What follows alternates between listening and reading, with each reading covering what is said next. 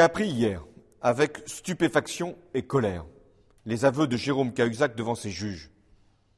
Il a trompé les plus hautes autorités du pays, le chef de l'État, le gouvernement, le Parlement et à travers lui, tous les Français.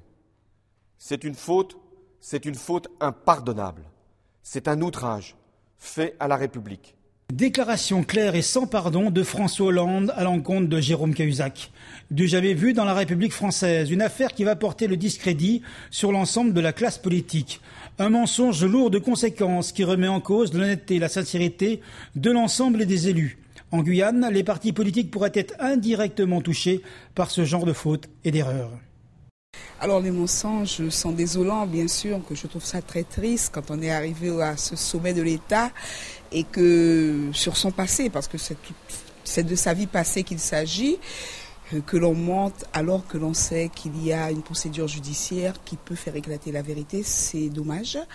Alors le président de la République était dans son rôle d'être très sévère et de parler de moralisation de la classe politique puisqu'il en avait fait un des points de sa campagne. Maintenant, ce largage et ce lynchage, je le trouve quand même un peu excessif. Et il sera jugé, laissant faire les juges. Il est parti du PS, on l'a quasiment exclu. On lui demande de ne plus reprendre ses mandats politiques. Je crois que les sanctions sont très sévères vis-à-vis de lui. Il y a déjà eu d'autres cas.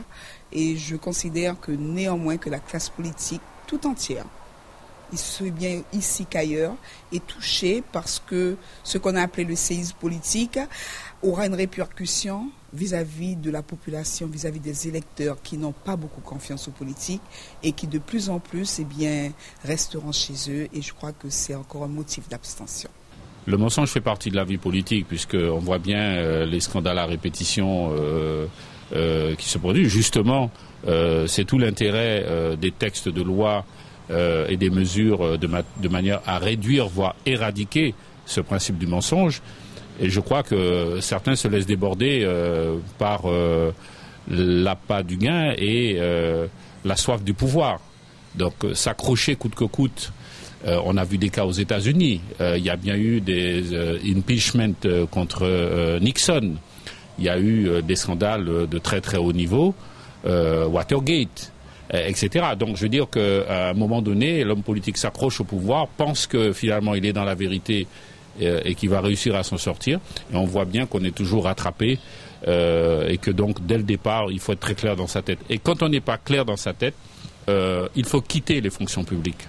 Je pense que c'est la seule voie possible. À Paris, au siège de Mediapart, le résultat de cette affaire et la confession de Jérôme Cahuzac donnent raison à des journalistes qui n'ont jamais baissé les bras et qui en plus étaient sûrs de leurs sources. La vraie question, c'est qu'il a pu mentir pendant près de 4 mois avec la complicité d'une grande partie du monde politique, de droite comme de gauche, et du monde médiatique, qui, au lieu de regarder en face les faits, les informations précises, recoupées, vérifiées, documentées que Mediapart avait mis sur la table depuis le début du mois de décembre, eh bien, tout ce petit monde vivant dans sa bulle a cru qu'il suffisait que les yeux dans les yeux, M. Cahuzac nie en bloc et en détail pour balayer les informations de Mediapart.